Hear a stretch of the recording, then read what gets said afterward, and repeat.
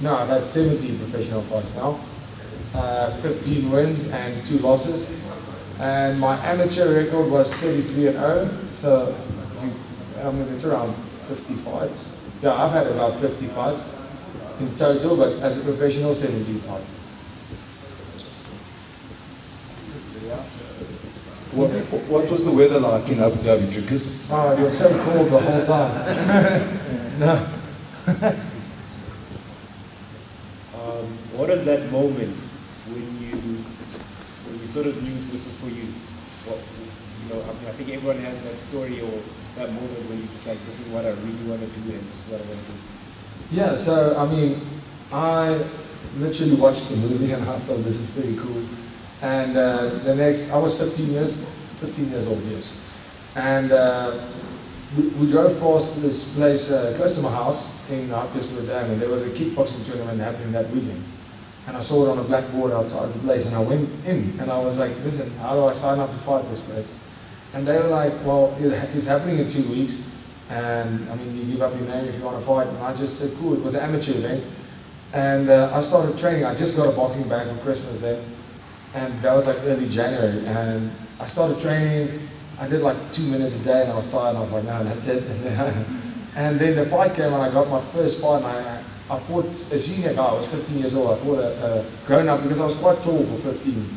And they thought I was 18 years old, so I fought seniors. And I knocked the guy out, but I had a video of that fight. It was ridiculous. Like it was looking like I was like slapping him like a girl.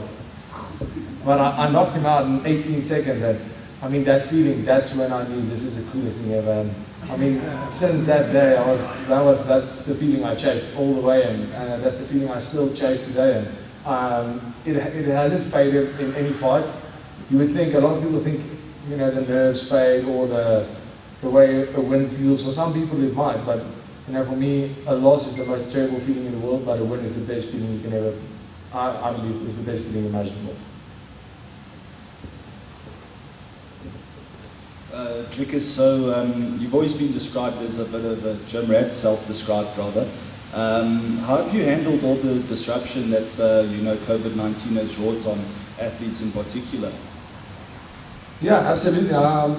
You know, when we got the call, well, everybody heard it probably at the same time. I didn't have any inside info, I promise.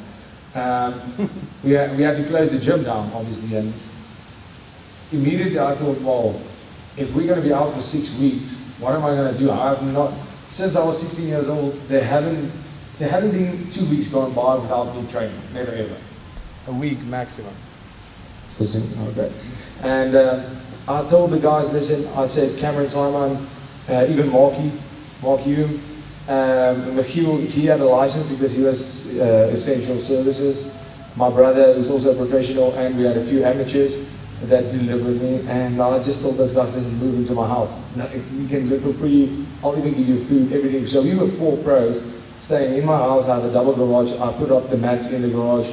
We took everything we needed, the kettlebells. Scotty sent us programs. Monet, our head coach, he on live, he would check our sessions live and send us a program and send us stuff to do and literally give us classes live. So we were training every day. I was getting more work in during the lockdown than I was outside of lockdown, because I mean, we're sitting at home bored. I didn't leave my house for 6 weeks.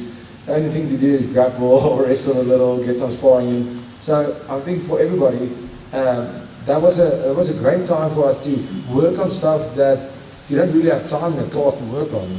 The small things, like, I mean, ridiculous things like finishing a choke.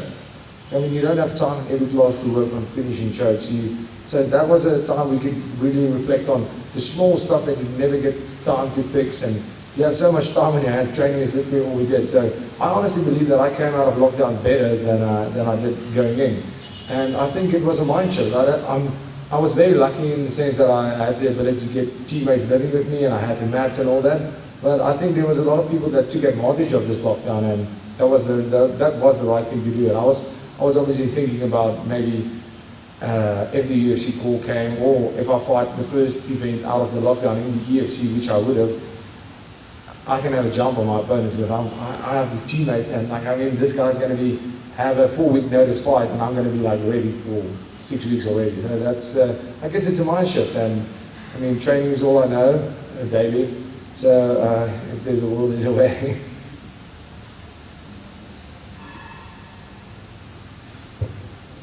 Hey Dricus, so I know there wasn't much time and once you got the call, but with the time that you did spend at the UFC and in that environment, did you see much of a difference between what happens at EFC and local sort of talent with what you were exposed to when you were there in that short time? Yeah, I mean, well, let me tell you this, the EFC, they are doing a great job, but even when I was in KSW, KSW is one of the most, it's such an amazing promotion. The shows are amazing, it's really spectacular, but as soon as you get to the UFC, as soon as your plane lands where the UFC is happening, you realize why they are number one. It was super professional. Everything I could imagine was taken care of. My supplements, my diet, my food, everything. Like I'm so used to when I traveled for KSW, you have to find food with no salt and find wheat and all that, and you have to boil eggs in your hotel kettle and stuff like that. But the UFC just took care of everything. Like I didn't have to even pack clothes. I could have just rocked up there with no bag, nothing. They provided everything. They literally treat you like a king from the day you get there. And for them, it's all about how you perform. So they give you all the tools you need. They even told me if I need somebody, a professional, to help me cut weight, they'll send me somebody to my room. They gave me the son of my room. They took care of everything. So they want you to be as comfortable as possible, to put up the best fight possible. They really make it easy for you to put up a good fight.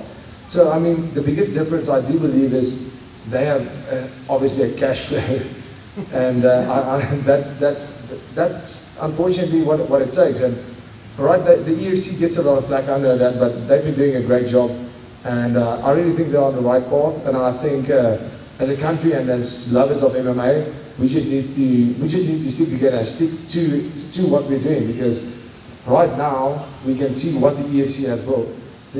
Myself, JB Base, Champion Dolce, Don Match, Gareth McLaren, Ruan Potts, all those guys, even though Ruan didn't do great in the UFC, he took us into the UFC, he made us notice. Gareth, he only won one fight, but I mean, he was somebody who put South Africa on notice, and those are all guys bred in South Africa, guys that the EFC bred all of us. So I think the EFC deserves a lot more credit than they really are getting. But I mean, the UFC is just next level, and I think if we can keep on developing the kind of fighters we have here and the sport as we've been doing the past 10 years, I think Africa or South Africa will have a title, will hold a title or two within the next 7 years. Have you ever got beaten by another fighter? Yes, I have, twice. But in the gym, a lot more than twice. I can't do that. Is that your wife or me? It's my girlfriend. Oh, so Putting him under pressure now. Yes, I can. Where are you going with this? Where's this guy going? What's happening? Who told you what? Just on the point of the UFC, just to kind of like hit out on the point of what lens they go through.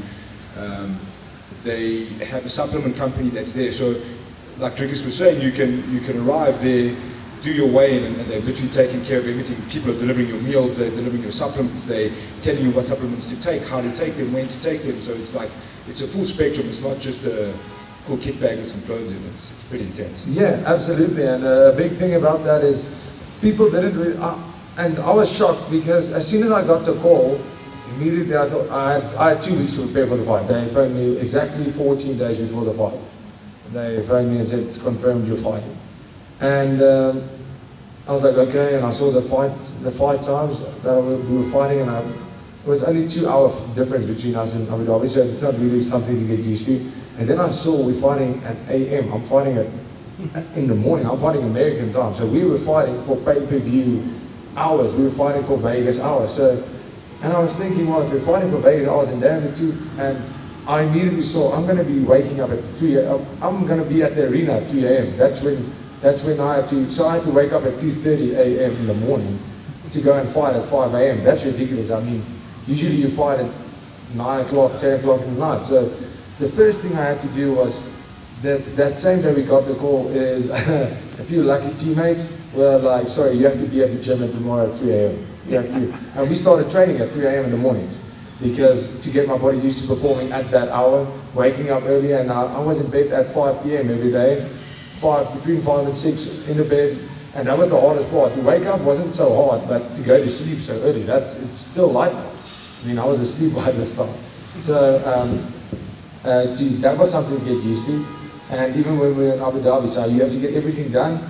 And I mean, to finish your day off, and you can't be training till 6 in the afternoon and go to bed immediately. You have to eat, your whole pattern changes. Because I'm awake at 3 a.m. in the mornings, and now my day starts at that time. So by 2 p.m. in the afternoon, I'm like, oh, I'm feeling ready to go to bed. So it was those kind of things. And once we got to the UFC, once I got to Fight Island, the UFC, they gave me a nutritionist and a chef and like a sleeping expert guy, and they were like, this is a sleeping schedule showing me this is your optimal time to train during the day, your optimal time to have your meals, your optimal time to take the supplements, your optimal time to get a nap in. So I mean, they really took care of that. If you didn't, luckily we did take care of that, but they made sure that, like I said, so many guys didn't do that. They didn't prepare for that, and they make sure you know everything you need to perform at your best.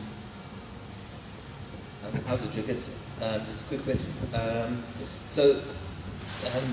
Obviously the sports we're doing is mixed martial arts, but now do you have a preference, or do you consider yourself like a kickboxer who's, is there a certain discipline you have relied on more heavily to get to where you are at the moment, or do you just train all aspects of it all the time? Or, how would you? Yeah, that's a good question. I think when my career started out, obviously I was a K1 world champion. I knew the first thing, being a massive fan of the UFC, and I don't think I've missed an event since I was 15, 16 years old. So the one thing I didn't realize is the guys that are great strikers, Leo Maynard for instance, before he became a great, he was just, once he could get into the floor and just explore his ground game, he would be beaten. And I quickly realized, listen, once you can get a guy, that doesn't matter how scary he is when you stand up, or how good a wrestler he is, or how good a grappler he is, if you can keep him from his strength, then you're going to win it.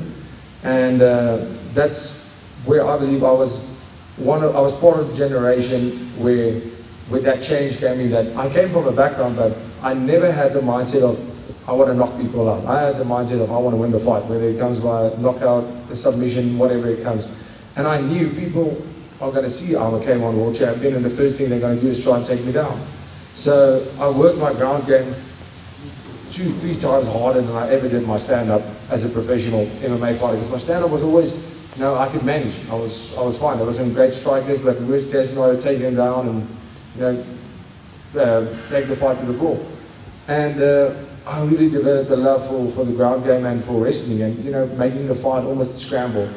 And only now in the past 2, maybe 3 years, my striking became a big weapon for me. Before that, I have every fighter has some fighters are very flexible, something I don't have, but a natural strength is something I do have. And I think a lot of fights, strength really pulled me through. Like I was outskilled by far, but strength really pulled me through in a lot of them.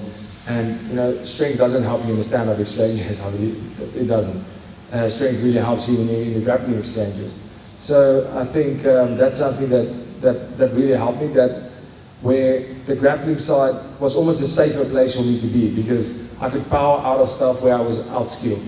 And right now, it's for me just to be able to take a fight. And that's something I always say. I try the fight start standing, and I mean, if it doesn't go your way, stand up. Don't be proud and try to knock a guy out that's really beating you and stand up. Take it to the floor, take it to the clinch, and see where you get the best results. And at the end of the day, if you can get a guy worrying about the takedown and then start getting your strikes landing. I mean, if a guy knows you're not going to shoot, it's easy for him to block your shots. But if he's threatened by a shot, takedown, your strike's going to land a lot cleaner, and your takedown's going to land a lot cleaner.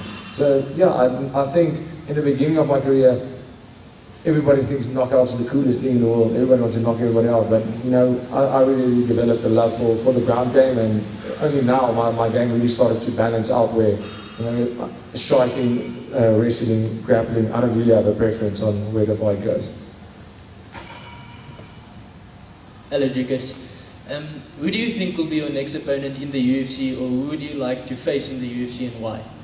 Well, we had that fight with Kevin Holland, the potential fight. He's the number 20 ranked, and that was something. Well, I called that guy out because he's somebody I really know. I think I can beat. I honestly believe I can beat him in all aspects. He's a black belt, and he's had a couple of wins in a row. I think 4 or 5. But he's all those 4 or 5 wins were the debutants. Firstly, all guys that took the fight on short notice.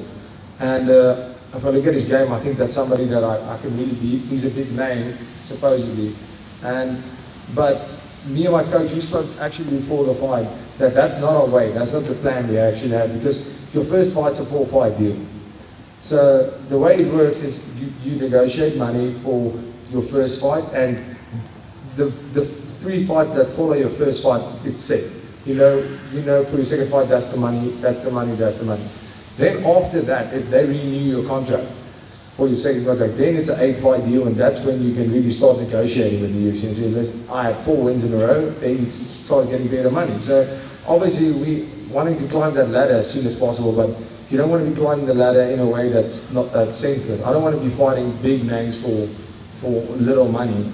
You want to be fighting the big names once the UFC doesn't care they don't care if I lose against a number 5 ranked guy, it's still a loss. So if you lose 4 or 3 in a row, they're going to cut you. So I mean, for me, and also finding your group in the UFC, the stress is a bit bigger, the moment's a bit bigger. So finding your group. So I really want to get through this contract in 2021. I want to fight 3-4 times next year if it's a possibility. And I think I couldn't fight now before the end of the year again. I really wanted to fight in December, but everybody needs to fight, and the COVID did take quite a bit of time. So I don't think everybody got a chance. So I think my next opponent, I really think the UFC said it themselves. They want to build me up. So I think it's not going to be a top 20 guy. I think they're going to give me a number 40, maybe somewhere in the 30s ranked guy. But you know, it's right now I don't really have a say in when I fight or who I fight. I just take whoever they give me to. I'm keen for any fight.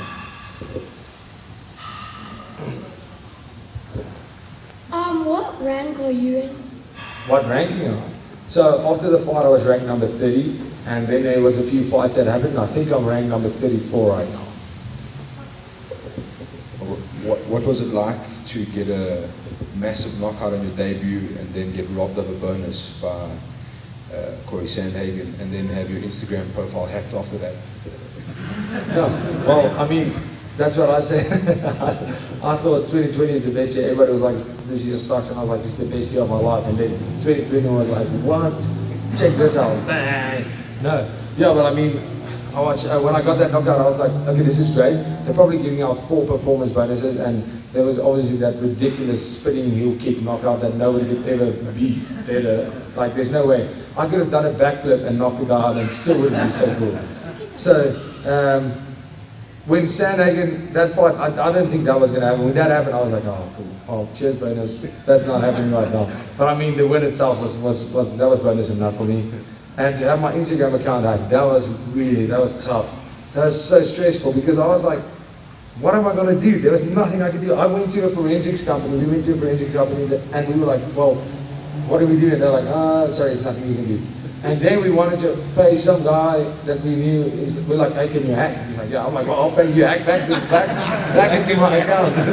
And I mean, that just took so much time. But we emailed Instagram, like, we had so many people emailing them like 100 emails. There was just no way. Like, they weren't responding, because obviously they get 100,000 messages a day. And then luckily my agents, I told them, listen guys, things are going south now. So I'm not responsible for anything that happens with my account, because I couldn't even delete the account even if I wanted to, because I couldn't get on it. And then luckily they phoned the UFC saying it's a verified account, and I just sent my passport and everything that it's verified, and the UFC contacted Facebook directly and said there's one of our athletes, and they took care of it quickly. But I mean, for like 3 days there I was like, this is ridiculous, what's happening? He was a model pretty much. Yeah, a model. Your training regimen in terms of diet and stuff like that? You ramp it up, if you change it before the fight. On top of that, I heard that you never eat chocolates and that you're missing body parts. And there's some sort of mythical thing that's going on with you. That's what I've heard. So, my diet, the cool thing is like I don't have a sweet tooth at all. So I've always loved fruits, always loved, like eating healthy is not a problem for me. I really like to. That's the food I like. But I mean, I like pizza as much as the next guy. But my biggest problem comes in with quantities. I can eat quite a lot. So that's why, keeping my weight down. So for me, once I start fight camp, it's just gradually getting my weight down to, and that's why we took a year off when I made the move from welterweight to middleweight. People don't realize it, but so many guys, look at a guy like Max Holloway. So he's a big featherweight, but he's not used to fighting at lightweight. So he took not a short notice fight, but he just went from one fight featherweight and he went to lightweight and he fought Dustin Poirier. And usually one of Max Holloway's biggest weapons is his fitness. He can just go all day. And even though he cut less weight for the lightweight fight, he was more gassed in that fight than ever before. Because your body is not used to carrying that weight around. So for me, I knew if I fought Rafael Hotek on a short notice middleweight fight when I was fighting welterweight, I was prepping for a 5-round title fight. And in that fight, when second round came, I was so tired. And I couldn't understand why. It's because my body was trained to fight at welterweight, and I just went up and I carried weight that I can't use. So that's why we took a whole year after welterweight. I'm not going to fight. I'm going to get my body to a middleweight body. I'm going to train at 94, 95 kgs. And that's why I train, and that's why I'm going to get in the cage. And that's where I'm at now. Even though after a fight I eat a lot, I don't train as much for the 2 weeks after the fight. My body is used to the weight it is now. At welterweight, I went down so far, but I ballooned up to over 100 kgs after the fight. So for me, eating, I don't eat sweets. I'm so happy that I don't like it that much. And as far as the body parts go, I mean, that remains a myth. So probably on the same track, in terms of injuries and that kind of thing, there's loads of us on the mat here that battle with that.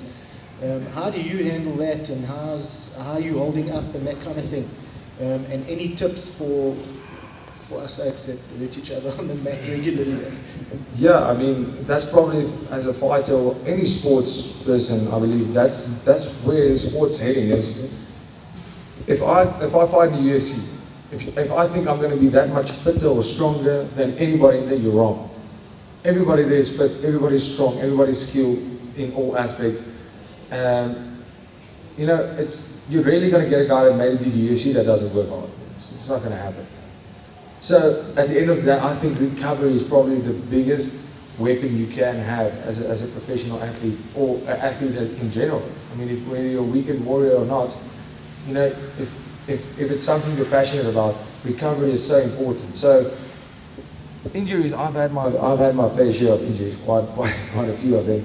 But you learn, you evolve in a way that you realize where prehab is so much better than rehab, where warm-up is so important, and even cool-down. And that's something we added to my game as well, as cooling down after a session. You can't just be going super hard and go home. I don't know how it works exactly, but it's not good for your body. You're stiff the next day. And once you're stiff, that's when you get injured. When the muscles are stiff, I mean, you really get injured when you're feeling great. You're always a little bit fatigued when the injuries really start to show. So as far as injuries go, there's obviously going to be your little accidents that happen. It's going to be a twist of the ankle or a finger or stuff like that. That's always going to be part of the game. Injuries is a big part of our game. But the big injuries, the knee injuries, the neck injuries, the back injuries, the ankles, those are the big ones you want to avoid. And I do believe a proper stretching regime before training, after training, at least 3 times a week, just stretching, getting your muscles loose and getting your joints mobile, because that's one thing that happens a lot. You get immobile guys trying to be mobile once they're on the mat. And that's dangerous. You're trying to make your body move in a way that it can't. So I think warming up and doing functional stuff for training specific stuff, that's so important. Because, I mean, you can lift 100 kgs with your neck, cool, But once I pull on your neck doesn't have that kind of muscle. So that's where people get hurt. They're not used to that kind of training. So the conditioning, to make your conditioning a bit more specific for your sport, is a very detrimental point. You can't be gymming, curling weights, just putting on muscle and thinking you're not going to get hurt on the mats, because you are, because your muscles aren't built. The muscles you build in a weight room is not the muscles you use on the mat. So I think getting your body strong in a way for more specifically for your sport is the best thing you can do. And spending time, just get to the mats 20-30 minutes early, because that's something I really believe in. Always be early, not to be the hardest worker in a room or anything like that, just to make sure that once you go, when you start rolling, that you're proper warmed up. Because what happens when you come here on time, people are already starting rolling and you're like, I can't warm up, I don't want to miss out, get on your shorts, boom, you immediately start rolling. That's when injuries happen. And so just make sure you're early for training and get that proper warm up in. When you look back at your performance, what aspects do you take away of which you obviously find positive, and what aspects of which you might be self-critical? Yeah, I think as far as the positive goes is, like, I know I have punch power, and that's something well, I mean, it wasn't the punch power for me that I doubted. The one thing I did doubt was, are these guys something special that on the UFC? I mean, that's obviously for us, those guys are on a pedestal. Your whole career you're looking up to becoming a UFC fighter, and once I mean, you get the call 2 weeks you're fighting in the big leagues, and that thought went through my head 1,000 times.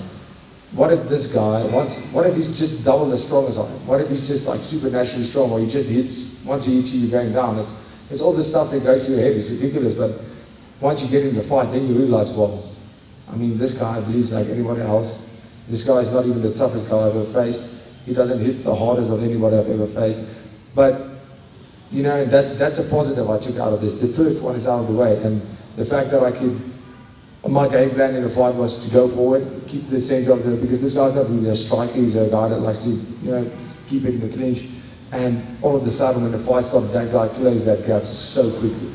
So, I mean, that was something that I was a little bit critical about, because I let him take the center of the cage where I was supposed to do that. So, being wary of it, because I think fighting here at home, a lot of times, because I was a champion for quite a while, a lot of the guys that I faced, they were in a position where they wanted to feel me out for the first round or so. They were like, cool, I'm fighting the champion, he's been a champion, he's a double champion. So I got respect from opponents even before the fight happened, which was, I mean, it's in my favor as a champion. And I maybe got a little bit used to that. And that's something I immediately saw once I got into the UFC cages. This guy doesn't care who I am. He doesn't know who I am. And to him, I'm a beginner. I'm no champion to him. When I fight in the UFC, I'm a champion. I'm a double division champion. Now this guy, I mean, he's been in the UFC for 5-6 fights. He thinks I'm a beginner in his eyes. So he doesn't respect me at all. And that's what I learned. You have to realize these guys they have no fear. There's nothing that can scare them. They're professional athletes at the highest level, and they're there to do a job, and you have to be damn sure that intimidation is not going to win you a fight in the UFC. So I think another big thing that I was a little bit critical on myself was, for the fight, was I think I could have, it was hard. I could have gone forward a little bit more from the beginning, but it was hard because I was trying to get out of the clinch. But the game plan was to take the center, and that's where I made the first mistake, and that was the biggest mistake. Once you have a game plan, sure, the game plan can change, but I was supposed to follow through on that game plan, and when the ref said fight, I wasn't ready to fight. Hey, Dricus, what's up, man? What's up? Okay. So first and foremost, congrats on the performance. Thanks, man. What I also want to congratulate you on is the way you handled the media. I mean, the way you carried yourself made me proud to be a South African dude. So the question I have is, especially on the world stage, is what sort of prep goes into your media obligations, and how did the media obligations impact your fighting prep? Yeah, I mean, I think if you look at the beginning of my career, you'll see that I only spoke Afrikaans in all my interviews, because my English was really terrible. I was like, I'm not going to make a fool of myself on TV and try and speak English with this Afrikaans accent. I still have an accent, and I will. But that was the only prep I ever did. I started speaking more English at home, and my family was like, what are you doing? But my pa, just hope there's Afrikaans, wat doen jy? But I mean, that was something I did, and when the Bursky started joining CIT, that was great because they only speak English, and Jeremy Smith started joining CIT, so the whole gym almost converted from an Afrikaans, proper Afrikaans only gym, Leon, Michiel, well, no, we were all Afrikaans, and everybody started joining, and we went to English because Jeremy Smith can't speak Afrikaans for shit. There's no way, he doesn't know, no ways, and the Bursky is the same thing, no Afrikaans words at all. And we had Adam also, but I mean, he still tried to work on it.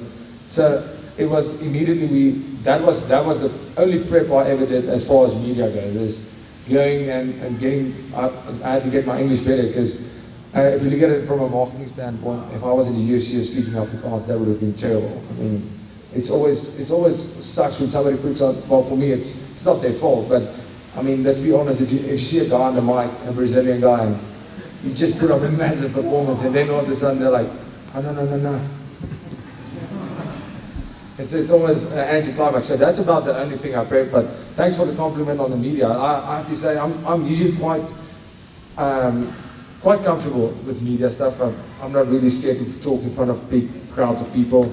But when I went into the media room the first time, and I saw the guys from MMA Junkie, from Conor McGregor's media team, and the Ariel Wani MMA Fighting, like all these big media outlets, that's people who follow. And I saw the journalists that I know, and I was like, wow, this is massive. And I mean, in South Africa, you have 2 or 3 journalists like Al here himself that really knows they know their stuff when it comes to fighting. They ask the right questions, they ask you intelligent fighting questions. When I was there, these guys were like asking me some hectic questions about like this fight, and you know, I was nervous for the first time in very, very long to speak to media. But as soon as I got comfortable again, I think one thing they did appreciate was that it was real, and that's always what I try to do. Is, you know, I don't try to portray myself so I don't feel anything, or I don't feel stress, or I don't feel any nerves. I think that's one thing that's lacking in a lot of guys, is they try to portray something that they're really not. And listen, this game is a scary game. I mean, if you're fighting on the biggest stage in the world, you are going to be a little bit scared. Speaking about the media, I'm quite curious about the attitudes of fighters amongst each other off screen, because on screen, on social media, everyone seems to have quite a big mouth. Certain people take that more seriously than others. In other instances, you might see that actually just a bit of back and forth, some banter, some camaraderie going on over there before a fight. But I was very curious as to how that translated off screen and perhaps in training camps, and just your opinion on the attitudes of the fighters amongst each other, and perhaps when the attitudes of some 2 people who are about to fight with each other. Yeah, I think for me, you know, it's always a bit intense because we live in the same hotel. Now, me and the guy I was fighting, we were in the same hotel, and for me, always, you know, before the fight, we are not friends. I'm not a guy that's too much of a trash talk or anything like that. I'm not scared of it, and it's not something I shy away of. But you know, if it's not instigated, I won't really be the one who instigates that, unless I see the gap in the guy's mentality. That's something I will do. But I have to tell you, I can count on one hand the fighters that I've met that I really didn't like. Fighters are in general really the nicest guys in the world. Always so respectful. I think it's because, you know, all of them are martial artists at the end of the day, and that's all about respect. And even though on camera it's a different story, like that's something people have to realize, because, you know, once you go out there, you can't show one crink in your arm. You can't be the nicest guy in the world. And some guys can do that. It works for them, but a lot of guys, like, you can't show any weakness and do a lot of people kindness or really being nice to your opponents. And just for selling your fight, selling yourself, selling the fights, you can't just be all Mr. Nice Guy with your friends. Because I have to be honest, I don't want to see 2 friends hit each other that much, and like I do want to see 2 guys that hate each other hit that much. So, you know, the hype before the fight, I think every time me and an opponent it really gets hectic, where for me, we are not friends in the end. If it has to come to blows before the fight, it will probably happen. But, you know, it's never personal. We're there to do business, and he wants the same thing as I do. And at the end of the day, that's just how I mentally get ready. And just more on the point of fighters outside and off screen, you know, as soon as there's no pressure on a fighter just before a fight is a completely different person than the fighter after a fight. And not just on camera. As a being, you can ask my girlfriend over there, she'll tell you a lot about that. The Dricus I become once I sign a fight, once I have a confirmation of a fight, is a completely different human from the Dricus after a fight or that doesn't have any fight. You know, everything has purpose. As soon as I sign a fight, everything I do has a purpose. I eat with a purpose. I go to sleep with a purpose at a certain time. I wake up with a purpose. There's no sitting around and just chilling. Everything happens. I have to do this now. I have to do this. And there's no. It's almost like there's no playing around too much in fight camp. Everything is serious. Where after a fight, even though I'm training every day and all that, there's nothing to worry about. So that's one thing people don't always understand about fighters as well. When a fighter's carrying weight, it's tough on their bodies, it's tough on their minds. You know, you're training, you're exhausted, and you know, you're stressed about the fight, stressed about your weight most probably. So that's something people need to take into account with fighters as well, is the stress mentally and physically you have before a fight can change who you are as a person, and then the fighter after a fight, when it's much more chilled, you know, it's back to the normal. Dricus, looking at the current roster in the middleweight division, everyone always says styles makes fights. Is there anyone that you look at there that you think you might be a bad matchup for them stylistically? I honestly feel like, I said it before, like people always like, what do you have against Chris Weidman? I actually have nothing against Chris Weidman, but he's somebody that I really look up to. I mean, he was the first one to beat the GOAT, Anderson Silva.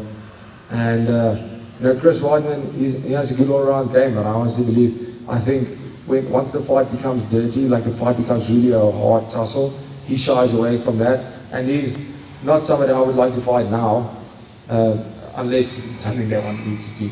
I will do that. But, you know, that's a kind of fighter that I look at, and he's an all-around great fighter. He's brilliant. He's brilliant on the ground, brilliant wrestler, great striking. I just believe that once the going gets tough, he shies away from it.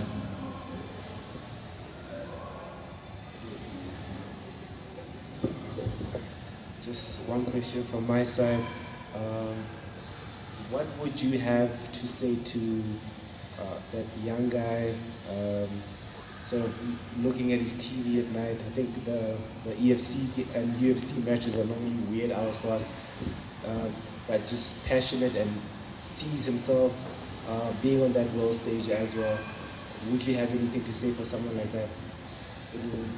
Yeah, man. I mean, the weirdest thing is, right now, if somebody tells you they want to be a professional fighter, everybody, I mean, it's not the most normal thing, but it's so much more normal because, I mean, it's happening in front of our eyes. Professional fighting, the EFC has built, where everybody in South Africa knows. You won't tell anybody about EFC or UFC in South Africa that doesn't at least know Conor McGregor, or doesn't at least say, oh no, I know what that is. They at least knows one person, so it's much more normal now. Where when I said I want to be a professional fighter, I was 16 years old, and it was almost like, you want to be a what? So people pay you to fight people. That doesn't make sense.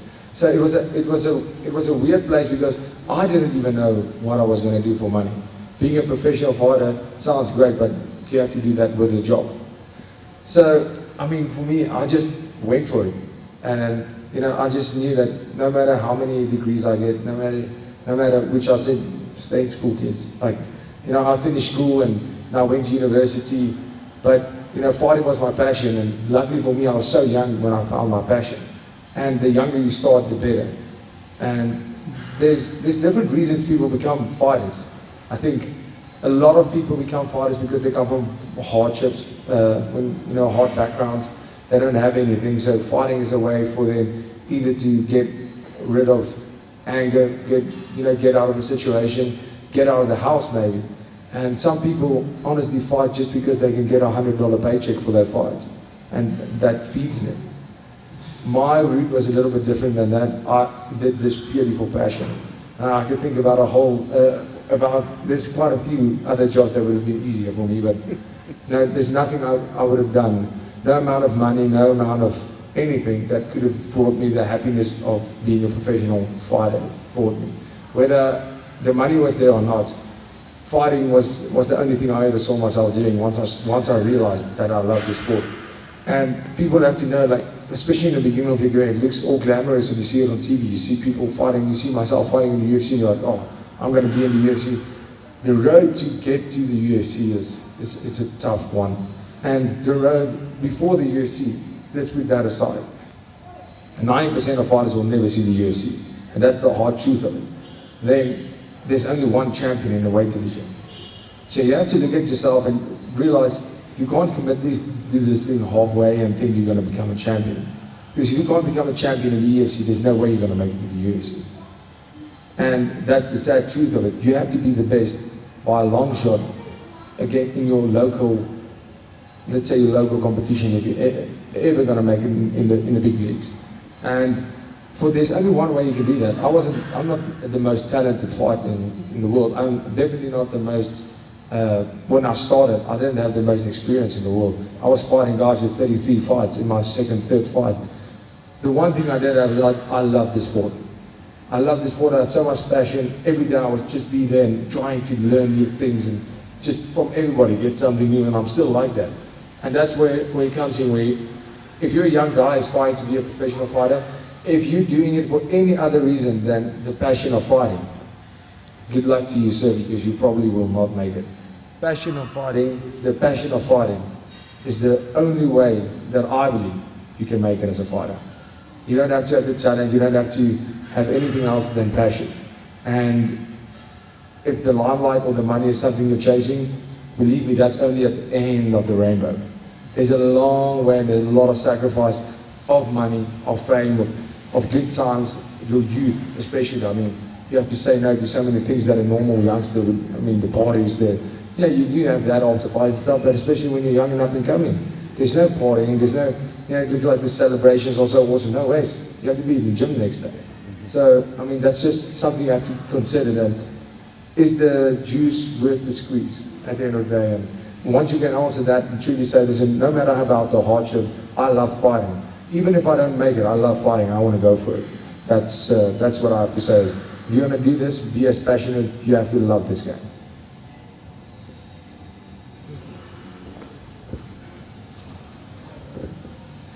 Dricus, your hardest fight and your most satisfying win?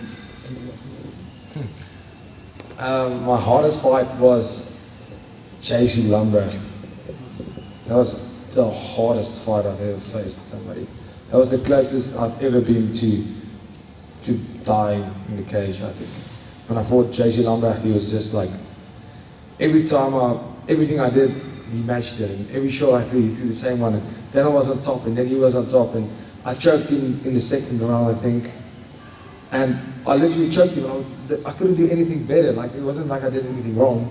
And he just wouldn't tap. And he just wouldn't pass out either. So I was like, well, what do I do now? And like, I mean, you don't let the choke go because I have the choke on. And I'm so tired. I'm like, this is the last little bit of energy. And I could see his face, and he was like, but he just wouldn't tap. And I mean, I just had to let go of the choke because my arms were too gassed. I had to let go. Like after like 15 seconds, I was like, okay, cool, you're winning this one. And then I was just sitting on top of him. Luckily, he was tired, and that was the hardest shot I've ever received in a fight as well. And yeah, I won the fight at the end of the day, but that was really by far the hardest I've ever been pushed. I honestly thought I was going to die that night. And in the first round, like halfway through the first round, I was on top, and I was already, the pace was so high, I was already breathing so heavily. I was like, and this is the first time a fight goes past the first round. And K1 fights, I mean, the whole fight's like 6 minutes.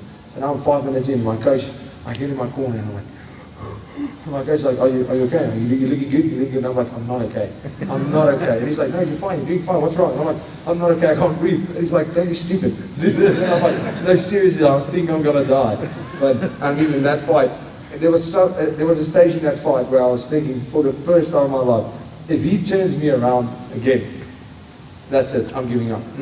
I'm not doing this anymore. Then he turned me around, I'm like, okay, no, one more.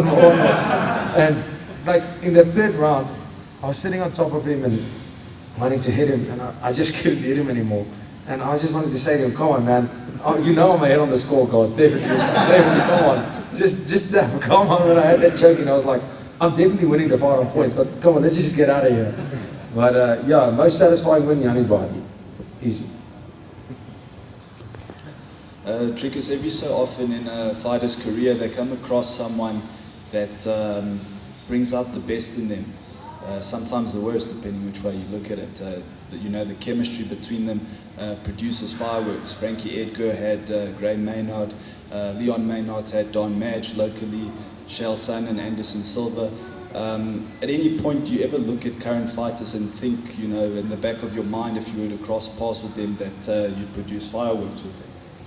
Absolutely. I think that's something that people don't, and that's a very great point that you make, because if I just thought about that now. If you look at me and Dino Bagatti when we fought at UFC 40, that was such an awesome fight. That's one of my favorite fights ever. If I show people a fight, that's the fight I show them, because he came for a fight, and that's when I can really get my fight on as well. So, and it wasn't a reckless just ball. It was a technical striking, grappling, wrestling. It just brought the best out of me. The best striking I've ever seen in myself was that night. And like you say, that's sometimes somebody brings the best out of you because your styles are so compatible to each other. So that's why I also say, sometimes this guy is not necessarily a better striker. You see this guy on the pads, he's not a good striker. But the way he strikes, it's awkward. It just it's not compatible with your striking. So he's catching you at weird angles. The way you move is just not working against the way he moves. Even though you are the better striker on paper and everything, that's when you have to realize, listen, I have to take this fight to the floor, because this guy's catching me with weird stuff. He's catching me. He's not the better striker necessarily, but in this fight, your timing is not happening tonight. You have to take this fight to the floor. If I look at a guy that I honestly believe that, obviously I'm shooting very high. These are the guys I see myself fighting in the future. Is a guy like Robert Whittaker. He's not somebody that fights almost. If you look at Adesanya or Darren Till, for example, they fight almost on the outside. They're looking for that one catch. They would just want to catch you once. It's hard to put on a proper scrap on with those guys, because it's almost like they're moving, looking for that one knockout punch. So it's almost like it's so technical that it doesn't make for such an entertaining fight. Where a guy like Robert Whittaker, he uses volume, he uses all his skills, he makes it a dog fight, and that's somebody that I believe that's going to bring the best out of me all around, from wrestling, grappling to striking.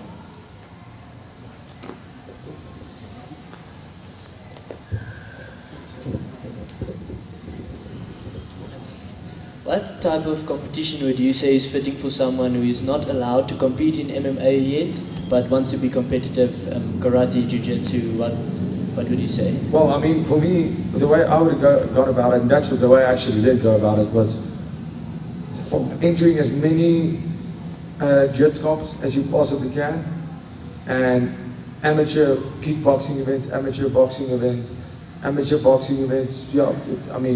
getting all the fights you possibly can, and as soon as you can fight. And that's one thing I like to say to the amateurs. When I was amateur, I would fight every weekend, and maybe twice, drive from this place to this place. It's not on a record. Nobody wants to lose, but there's no record of your amateur fights.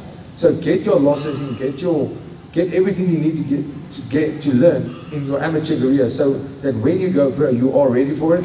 You've seen it all. You've been there. I look at my brother, for example. He's not as serious about the sport as I am. So, he's a lawyer by day. So, he's a brilliant fighter and he has great talent. But when he made his UFC debut, I remember my first fight. I was terrified. I was terrified to get in there, because I've had K1 fights, yeah, sure, but I don't even have one proper MMA fight, a scheduled event like a fight style or anything. I was just like, fighting in a ring if there was nobody to kickbox with.